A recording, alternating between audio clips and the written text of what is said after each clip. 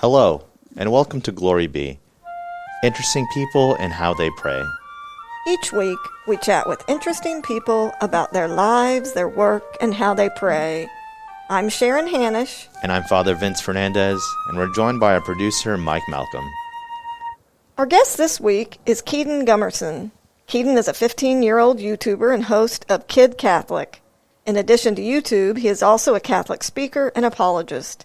He has spoken at NCYC, to churches, youth groups, and at conferences and youth rallies around the country. He also gives talks to people of all ages on different matters of faith. He is the host of The Faith in 5 on Oklahoma Catholic Radio. He is a sophomore at Mount St. Mary Catholic High School in Oklahoma City and is currently the sophomore president of Student Council. Kedon, welcome to Glory Be. We're so happy you're here. Thank you. Thank you for having me. Kedon, you are right this second at Mount St. Mary. They let you occupy a room there so that we could do our interview. So thanks to them for allowing you to skip class to join us. Yeah, I'm happy to skip class. I know. I bet you are. So tell us first, how's your quarantine? Like, how's the pandemic been going? Are you going to class as normal?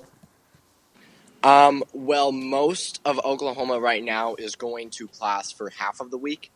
My school, Catholic school, which is like exempt from all of that, we've been going to school full time since the beginning of the year.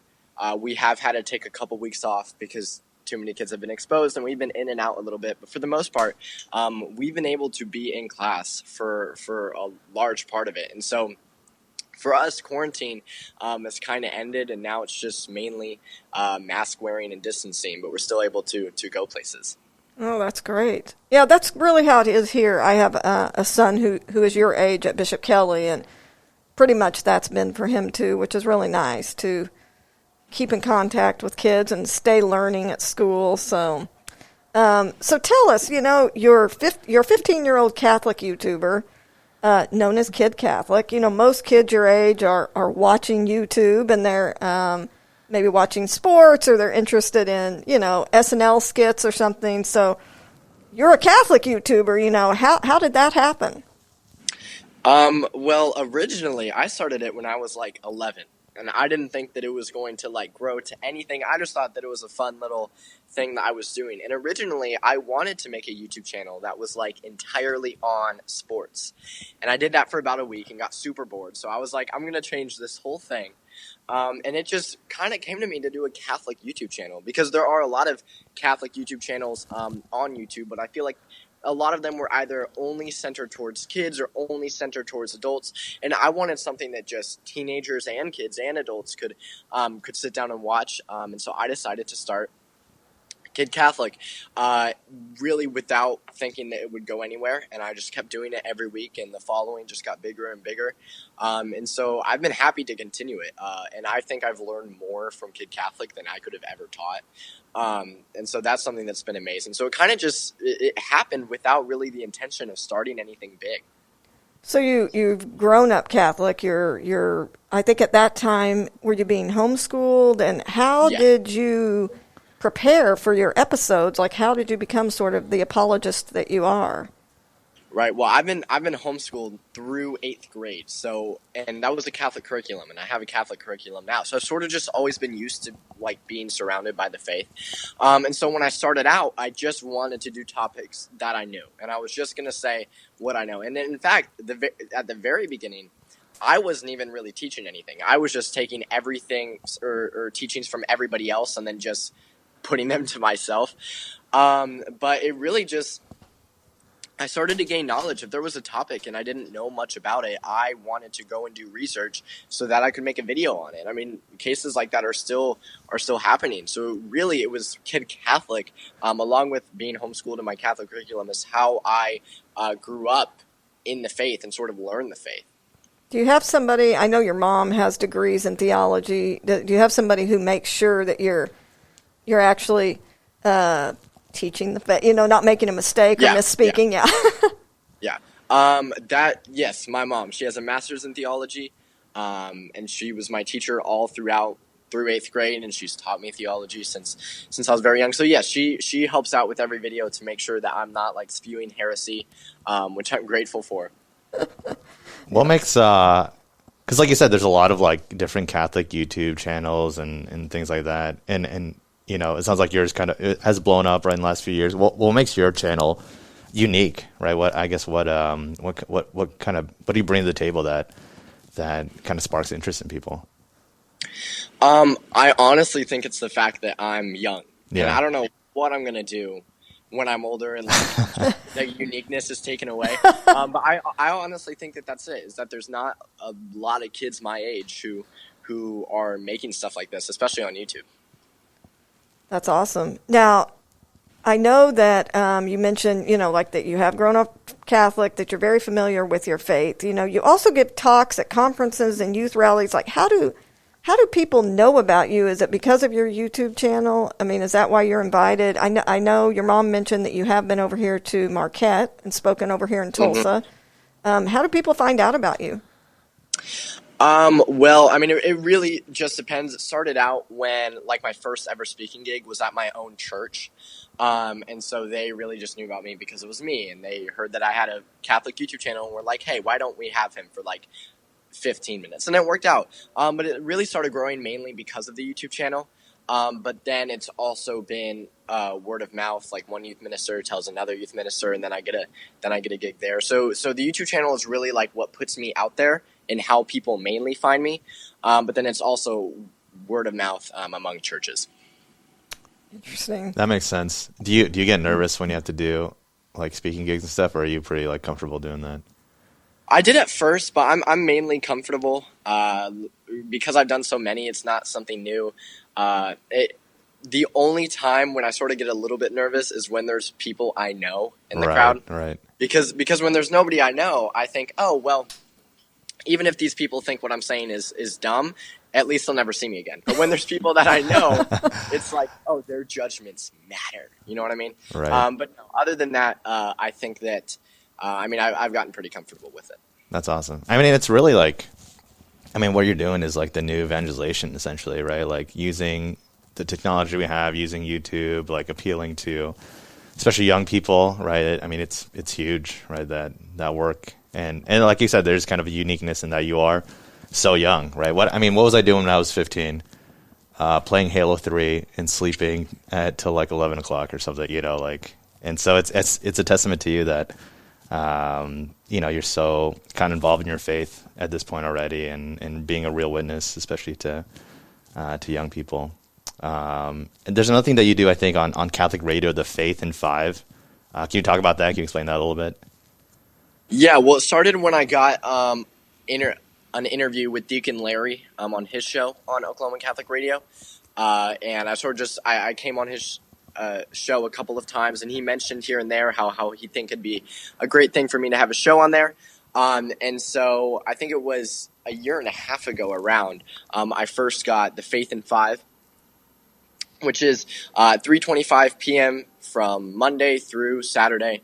I have just a 5-minute segment quickly explaining a Catholic topic, making it simple, making it easy.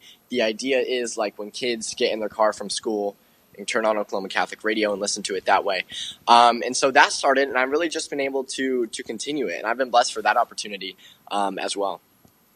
Can you give me an example what was your last Faith in 5? I have not. I am in the car often, and I knew that there was a Chaplet of Divine Mercy, but I guess I didn't ever listen to the very end. I'm out of the car before 3:25 or something. Tell me, give me an example of something you might talk about.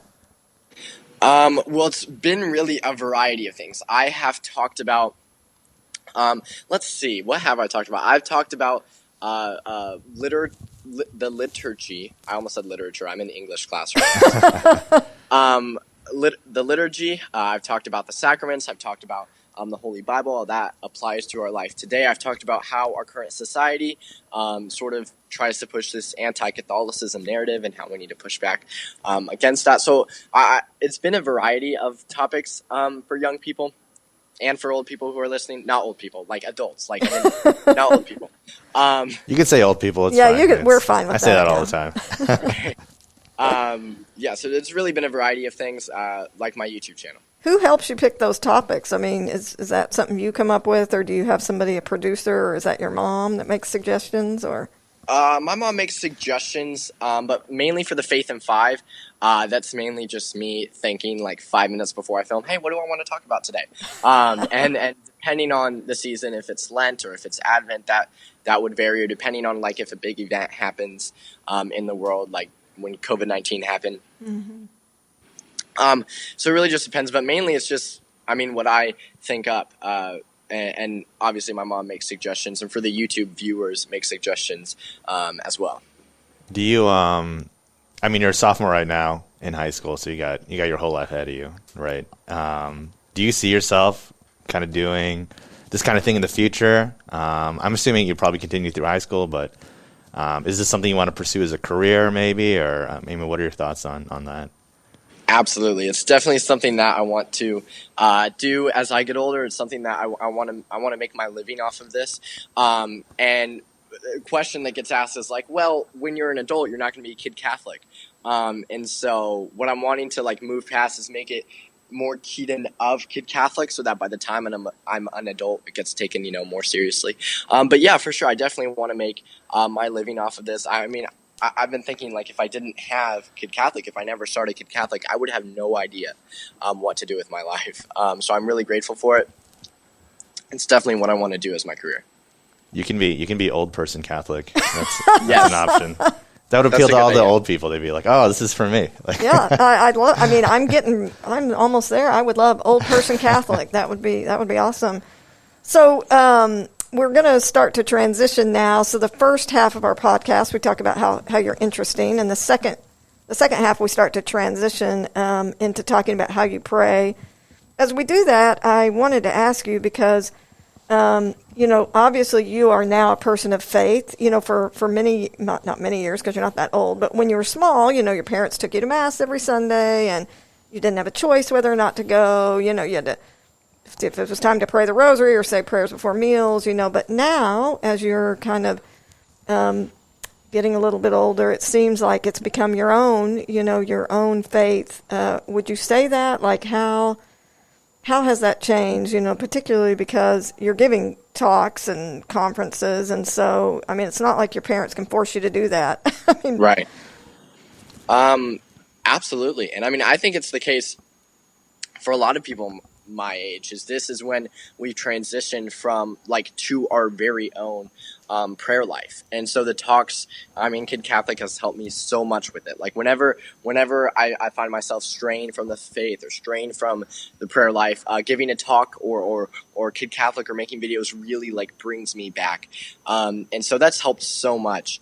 And like now, it's things. I want to expand my prayer life, right? I want to expand my faith. It's part of why I'm excited to drive, is so that it's not like, can you take me in adoration? You know what I mean? And so, yeah, I've been super blessed with that, and it has been a change. But I've been grateful for it. That's awesome. So how do you pray? Like, what kind of prayer draws your heart? Do you pray with your family? Do you go to daily Mass? You mentioned adoration. Talk about your prayer life. Sure. Well, there's a lot. Something that I found is like my prayer life has been very on and off before. And something that I found is like when I'm just dedicating a time at home to like pray in my head, I just completely get sidetracked, and then like 5 minutes later I have to reel myself in. And so I'd say that my favorite like way to pray is probably journaling. Like sort of journaling to God, a letter to God, just because it sort of keeps my head, focused on what I'm doing.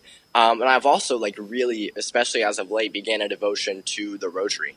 I mean, the Rosary is just something so beautiful. And at Mass, obviously, I don't go to daily Mass. Unfortunately, I wish I could. But I do try to go to adoration as much as I can. And what I like about adoration is, I say probably like my favorite way of praying of all of them is just sitting in adoration, just completely quiet, just looking at the Eucharist, like just talking to God. Just that experience of just sitting there and just the complete silence with Jesus right there. It's just something that I can't compare to anything. Wow. Now, at Mount St. Mary's, have you been on retreats? I mean, it seemed, I don't know, Has that helped you? I don't know if are you old enough to have attended retreats and learned about prayer or? Yeah. Well, it hasn't been. I've gone to a lot of conferences and retreats. Hasn't been at Mount St. Mary, but I've gone with my church. I've gone with St. John's, with St. Monica's. I went to Steubenville. I went to NCYC. I've been at the Catholic Family Conference a lot. I went on a March for Life with Mount St. Mary to the March for Life last year because we didn't have one this year. But the March for Life last year with Mount St. Mary, and now we went to Mass together during that.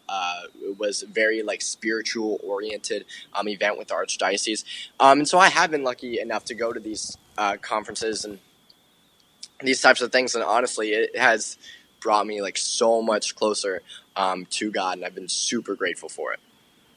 Do you have any tips for like high school kids who are trying to start a prayer life? What would you say to them? Like, what are kind of the first steps? Like a fellow 15-year-old. Right. Well, I'd say that the very first step, and I know that this sounds simple, but it's so true, is to have the complete, like 110% intention to begin a prayer life. Because a lot of times, like, I know I've experienced this, we say in our head, like, oh, I'm going to start a prayer life. And then we have things like our cell phone, and we have things like movies and these things that sort of just get in our way, because we have, like, especially my generation has like the most distractions of any generation before it. And so we get caught up with these things. If we have the complete and utter intention, then the very next step is to not expect us to be able to begin a perfect prayer life the very next day. Like if we don't pray at all, we're not going to be able to roll over tomorrow and just pray for 2 hours a day consistently. We need to start little by little and like start building up that prayer life to the point where we're praying more than we are on our phone, which sounds impossible. But it's where we should be. And so honestly, my advice would just be, number one, have the complete intention to do it. And then number two, begin little by little, whether it's 5 minutes a day, then slowly but surely raise it to 10 minutes a day, and then more and more and more of a prayer life. Well, that's great advice for all of us, not just Yeah. not just sophomores in high school. So as you've been doing this talking, and like I loved your advice there, what draws your like that was just excellent advice. Like what draws your heart in terms of when you talk about prayer? If you were talking to kids, like do you have a specific suggestion in terms of willingness and setting aside time?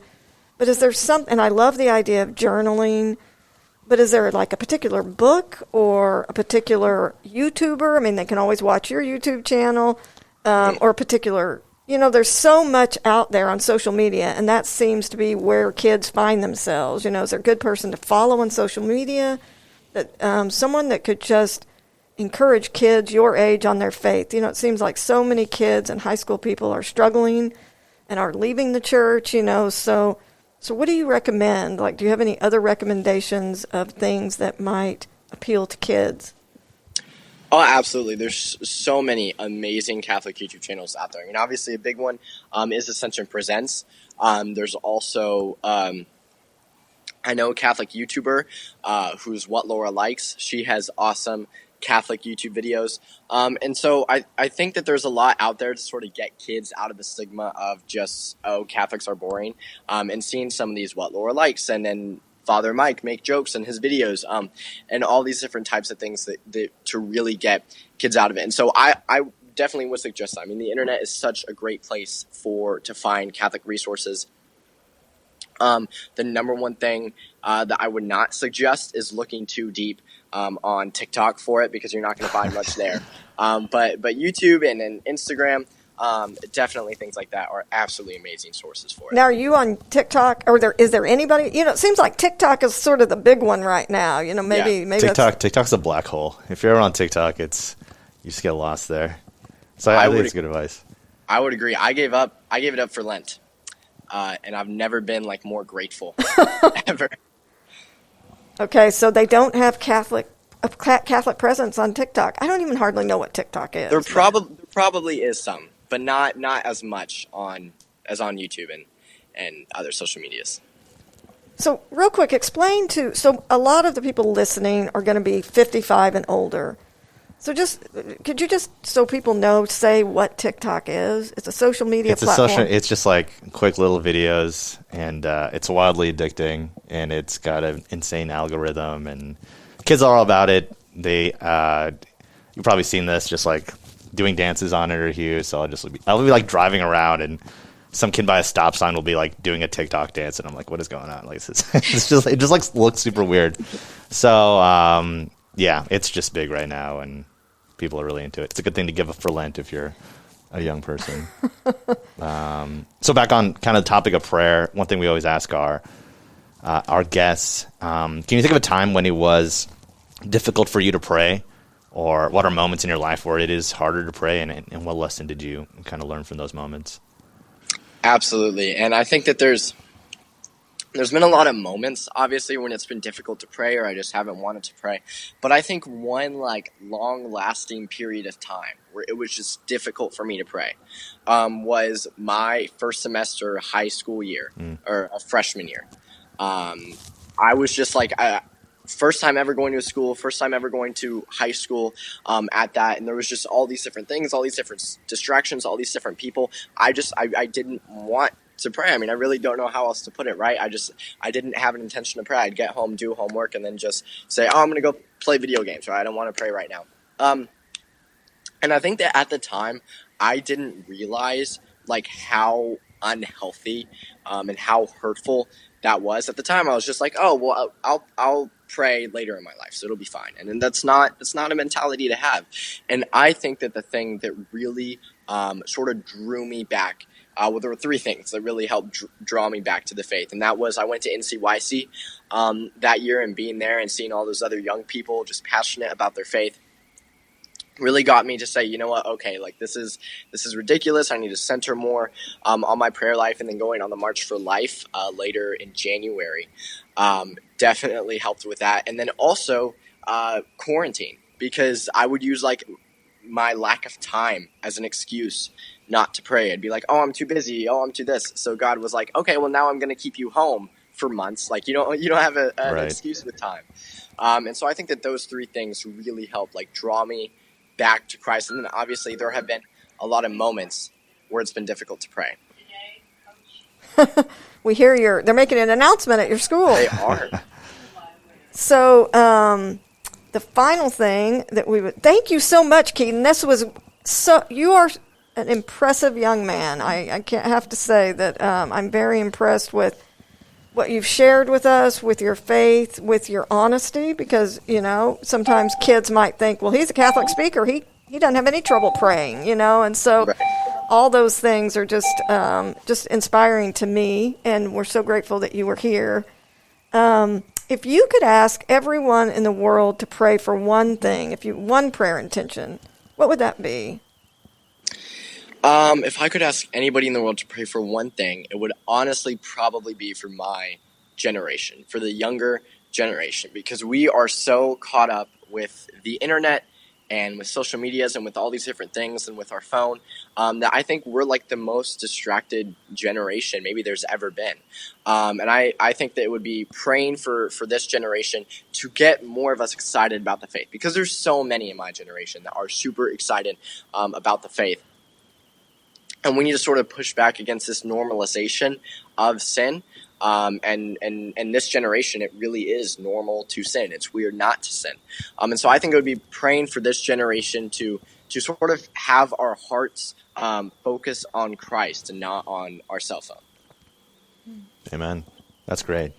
Well, thanks again. Thanks for being a guest. And I'm sad we have to send you back to class. If you want to keep talking, we can keep going for another 30 minutes. Or just kidding. We asked all our guests to end us and lead us into Glory Be. Would you be willing to do that for us? Absolutely. In the name of the Father, the Son, Holy Spirit. Amen.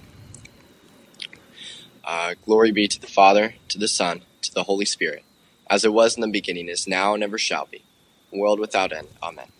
Father. Glory Be is a production of the Office of Communications at the Church of St. Mary in Tulsa, Oklahoma. I'm your producer, Mike Malcolm. See you next time.